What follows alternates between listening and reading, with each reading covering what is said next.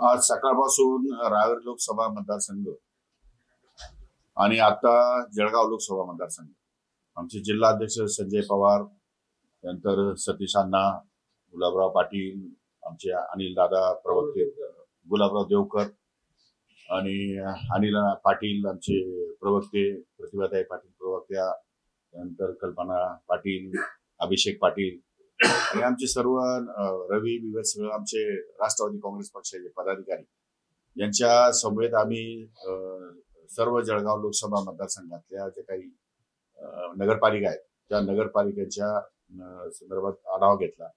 यामध्ये बहुतांश नगरपालिका मतदारसंघामध्ये नगराध्यक्ष पदाचे उमेदवार आणि नगरसेवक पदाचे उमेदवार आमचे तयार आहेत आणि चांगली परिस्थिती ओव्हरऑल या ठिकाणी आमच्या निदर्शनास येते। रावेरमध्ये तर अतिशय चांगली परिस्थिती आहे।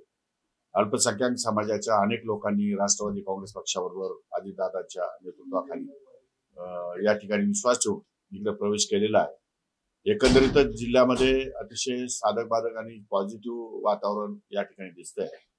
बहुतांश नगरपालिकेमध्ये या ठिकाणी राष्ट्रवादी काँग्रेस पक्षाचा झेंडा फडकेल अशी आम्हाला अपेक्षा आहे, अशी आमची खात्री आहे। एक दोन नगरपालिकांमध्ये थोड्याफार प्रमाणामध्ये काही कमी जास्त झालं तर आम्ही त्या ठिकाणी युती करण्याच्या संदर्भामध्ये ऑफर समोर दिलेली आहे। समोरच्यांकडनं जेव्हा आमच्याकडं ऑफर येईल, चर्चा होईल, त्यावेळेस तो निर्णय होईल। सध्या तरी आम्ही जळगाव महानगरपालिका आणि जळगाव जिल्हा परिषद पंचायत समितीच्या बाबतीमध्ये चर्चा केलेली नाही। त्यामुळे आत्ताच्या नगरपालिका निवडणुकीमध्ये बऱ्यापैकी वातावरण आम्हाला खूपच या ठिकाणी दिसतंय चांगलं। तर मला असं वाटतं की यावेळी राष्ट्रवादी काँग्रेस पक्ष निश्चितप्रमाणे इतर पक्षावर हवी होईल आणि जास्तीत जास्त नगराध्यक्ष आणि नगरसेवक आमचे निवडून।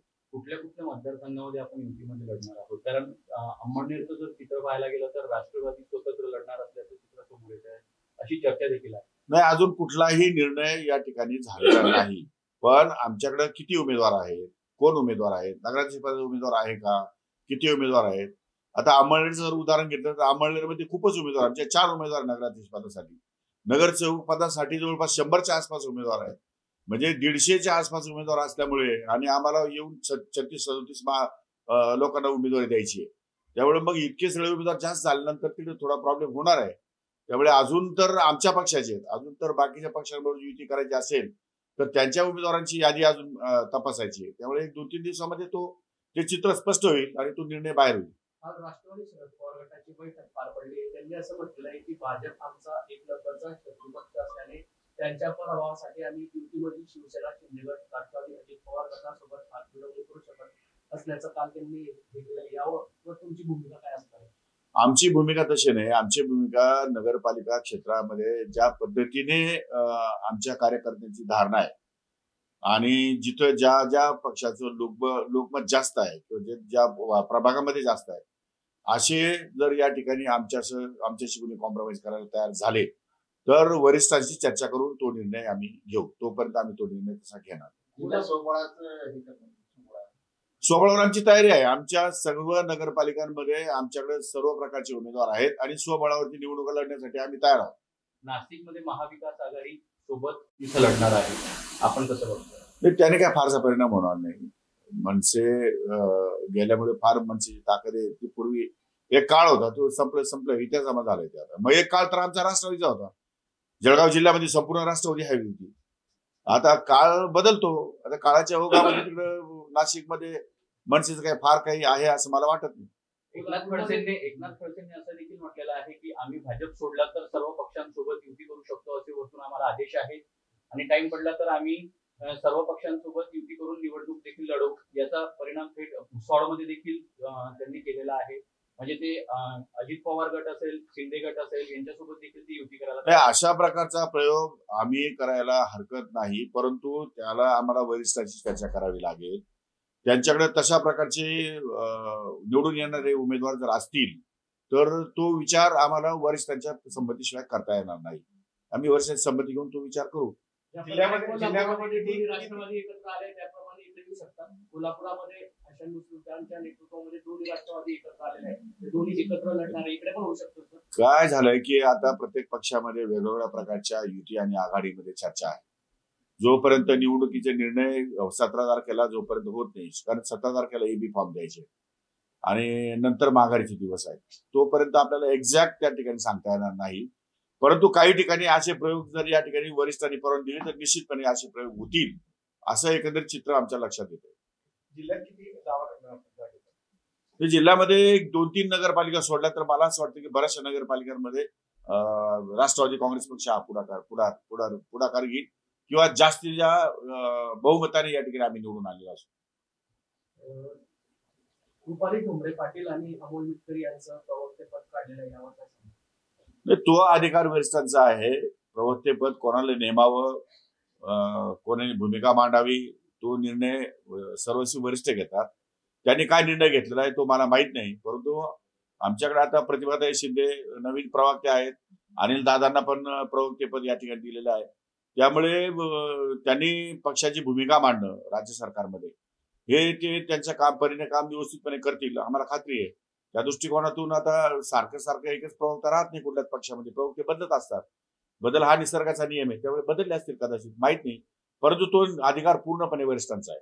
सकाळपासून आपण सर्व कार्यकर्त्यांची पदाधिकाऱ्यांची मिटिंग घेत आहे, जिल्ह्याचा पूर्ण आढावा घेतलेला आहे. स्थानिक स्वराज्याच्या पार्श्वभूमीवरती असं तुम्हाला कुठे वाटतं की तुम्ही सोबळावर लढू शकता आणि या ठिकाणी आम्ही करू शकतो? बऱ्याच ठिकाणी आम्ही सोबळावर लढू शकतो. जोपर्यंत आमच्या खालच्या कार्यकर्त्यांचं समाधान होत नाही, आमच्या कार्यकर्त्यांमध्ये आत्मविश्वास निर्माण होत नाही, तोपर्यंत आम्ही त्याच्यावरती भाष्य करणं योग्य होणार नाही. आम्हाला आमचे पत्ते उघडे करायचे नाही. त्यामुळे आमच्या ज्या नगरपालिका आहेत त्या स्थानिक लेवलवरती ते आम्हाला 2 दिवसात ब्रीफ करणार आहेत. ते ब्रीफ केल्यानंतर आम्ही चर्चा करू की कुठली नगरपालिका, आम्ही तुम्हाला साधारण 2-4 दिवसामध्ये सांगू की आम्ही कुठल्या नगरपालिका सोबळावर लढणार आहोत आणि कुठे युतीमध्ये जाणार आहोत. कोणाची युती होईल, कोणाची आघाडी होईल, काय होईल हे 2-3 दिवसानंतर चित्र स्पष्ट होईल. शरद पवार गटाचे नेते जे आहे अरुणभाई गुजराती हे आपल्या संपर्कात असल्याची माहिती मिळते. कधी प्रवेश त्यांचा उद्या प्रवेश आहे. ते उद्या राष्ट्रवादी काँग्रेस पक्षामध्ये प्रवेश करतायत अशी मला माहिती आहे. अजितदादांची उपस्थिती ऑफकोर्स, तटकर साहेब आणि अजितदादा मुंबईमध्ये. पुणे अजित पवार यांचे जवळचेच लोक त्यांच्यावर आरोप करतात असं म्हणतात. हे बघा, मी त्यावरती खुलासा केलेला आहे की मीडियाला सर्वांना माहिती आहे, विरोधी पक्षाच्या लोकांना माहिती आहे की अजित पवार कुठल्या रेंजचा माणूस आहे. अजित पवार मध्ये अशा छोट्या मोठ्या गोष्टीला अजित पवार कधीच भीक घालत नाही आणि असे निर्णय अजित पवार कधी घेत नाही. महाराष्ट्रात सगळ्यांना माहिती आहे. पण वारंवार अजित पवार विषयी बदनामीकारक या ठिकाणी मजकूर दाखवणं हे पण मीडियाला शोभत नाही असं माझं मत आहे. की प्रत्यक्षात काही घडलंच नाही तरी पण तुम्ही उगीच अजित पवारला टार्गेट करतात, हे काय बरोबर नाही आहे. घडलं नाही, अशा प्रकारच्या कोणत्याही गैरवर्तनाला अजित पवार कधीही पाठिंबा देऊ शकत नाही, हा आमचा आत्मविश्वास आहे. माझा तर काय, मी तर मंत्री आहे. महाराष्ट्रातल्या राष्ट्रवादी काँग्रेस पक्षाच्या सामान्य कार्यकर्त्याचा विश्वास आहे की दादा कुठल्याही गैरकामाला पाठिंबा देत नाही. आम्ही जरी सांगितलं तरी दादा ऐकत नाही. पण बघायला गेलं तर जे दस्तावेज किंवा माहिती आहे, जे शासकीय चरणबद्दल आहे, त्या बाबतीत आपलं काय म्हणतात? त्या संदर्भामध्ये चौकशी सुरू आहे. त्या माननीय मुख्यमंत्री महोदयांनी चौकशी लावली आहे. चौकशी आणखी जेव्हा अहवाल बाहेर येईल त्यावेळेस बोलून आम्ही त्याच्यावर. पण आताच्या घडीला कुठलाही दोष नसताना उगीच दादांना टार्गेट करणं हे काही बरोबर नाही.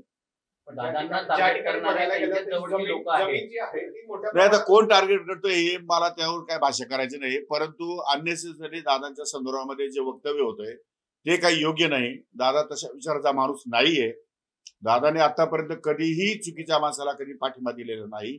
त्यामुळे तुम्ही त्या बाबतीमध्ये, दादाच्या बाबतीमध्ये तो तुमच्या मनातला गैरसमज जो काय असेल तो तात्काळ काढून टाका आणि या संदर्भामध्ये तुम्ही कुठेही या ठिकाणी भाष्य करण्याची गरज नाही. पण तरी सुद्धा तुम्हाला काही भूमिका जर या ठिकाणी स्पष्ट करायची असेल आमच्या पक्षाच्या वतीने तर आमच्या पक्षाचे दोन्ही प्रवक्ते या ठिकाणी बसले, ते त्यांची बाजू मांडतील.